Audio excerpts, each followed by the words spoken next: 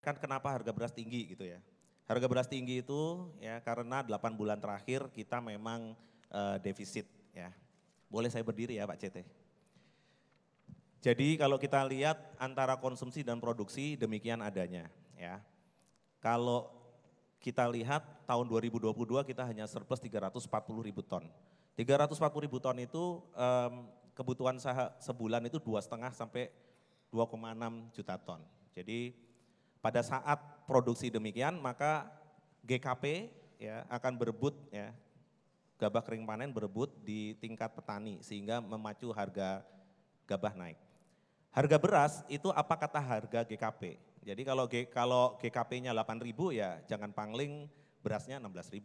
Kalau kemarin dekat-dekat 9.000 ya harganya 18.000. Sesederhana itu. Itu kalau yang panennya lokal. Tapi kalau yang panennya di Tanjung Priuk ya, panen di Tanjung Perak ya, pasti harganya di bawah karena itu kebetulan source dari country originnya murah. Kemudian bulan Januari Februari demikian adanya. Jadi kebutuhan 2,5 juta ton, Januari Februari posisinya demikian. Ini kita 2 bulan terakhir defisitnya 2,8 juta ton ya. Jadi udah nggak ada lain teori supply and demand sesederhana ini. Ya, apa yang dilakukan oleh Badan Pangan Nasional tentunya bersama dengan Bulog ya untuk mengisi pasar dengan cadangan pangan pemerintah karena kita punya Perpres 125 tahun 2022 mengenai cadangan pangan pemerintah di mana menugaskan Bulog minimal punya stok 1,2 juta ton ya. Dan transaksi Bulog di tahun 2023 itu hampir 3 kali lipat dari transaksi 2022. Artinya Bulog bekerja keras ya untuk mengisi kekosongan di pasar. Kemudian ini yang dilakukan pada waktu seminggu 2 minggu terakhir ya saat jelang pemilu 8 sampai 14 kita berhentikan bantuan pangan ya karena menghormati proses pemilu ya. Kemudian tanggal 15-nya Pak Presiden berkenan menuju ke Pasar Induk Beras Cipinang memastikan bahwa stok itu di atas 37 ribu ton dan itu aman ya. Berikutnya lagi langsung dijalankan kembali bantuan pangan.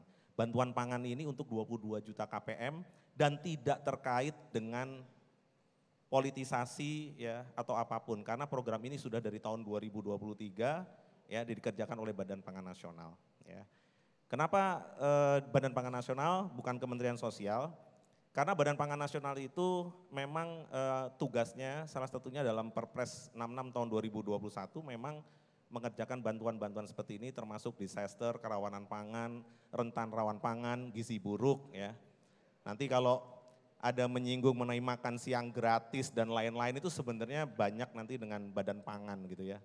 Atau kegiatan-kegiatan lain yang memang nanti memerlukan bersama BUMN di bidang pangan.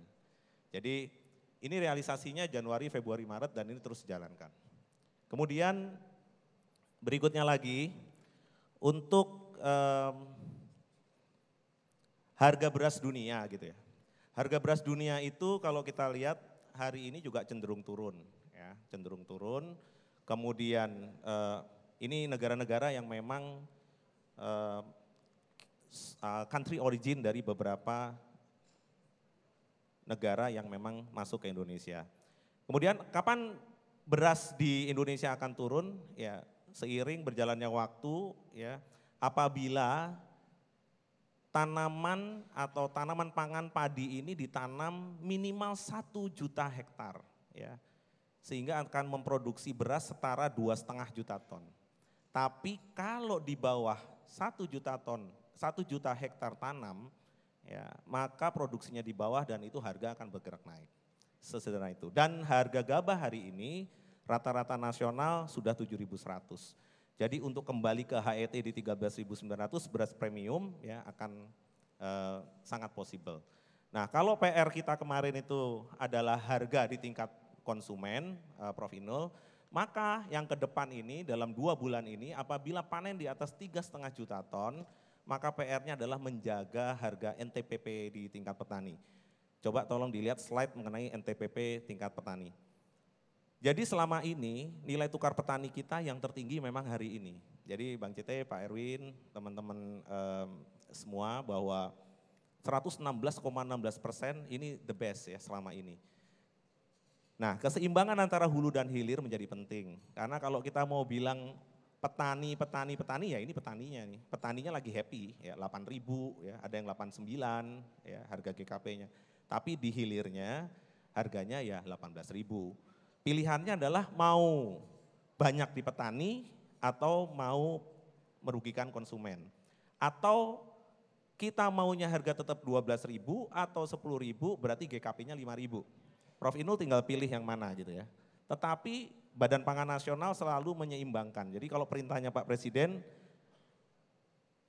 harga yang wajar di tingkat petani, harga yang wajar di tingkat pedagang, dan harga wajar di tingkat konsumen. Nah, kombinasi ini yang saat ini dikerjakan oleh kita semua sebagai pemerintah. Ini terus-menerus harus kita sampaikan. Kemudian harga gabah, harga beras, apakah masih mau sama seperti 3 tahun lalu? Karena kalau kita tanya sama ibu-ibu, semua pengennya harganya masih 10.000 aja. Ya. Kalau ke retailnya Bang CT maunya yang 10.950 yang Pak CT kemarin launch di toko Bapak. Ya. Itu penjualannya Pak, kalau kita taruh di toko Bapak itu langsung habis ya. Karena di-compare dengan barang-barang ya atau yang produksi dalam negeri yang HPP gabahnya, yang harga pokok produksi gabahnya dan dijual itu GKP-nya di atas 8.000. Jadi menjawab pertanyaan antrian mengular dan lain-lain ya, itu memang mekanisme yang bersama pemerintah daerah ini harus diperbaiki. Di sisi lain kita menyediakan produknya dengan harga 10.950, tapi suatu kebanggaan bagi pemerintah daerah itu kalau orangnya rame terus jadi terkenal gitu ya. Jadi ini dua hal yang berbeda gitu. Padahal mekanismenya di retail udah kita kirim gitu ya. Di tempat-tempat juga ada. Berasnya pun Pak Bayu sebagai dirut ada. Jadi mekanisme ini yang harus kita perbaiki. Kemudian SPHP, stabilisasi pasokan dan harga pangan, itu kita memang targetkan 1 tahun sekitar 1,2 juta ton. Ya, ini memang sepanjang tahun dan sudah masuk ke wet market, ke outlet-outlet termasuk modern channel gitu ya. Sehingga ini harus ada terus.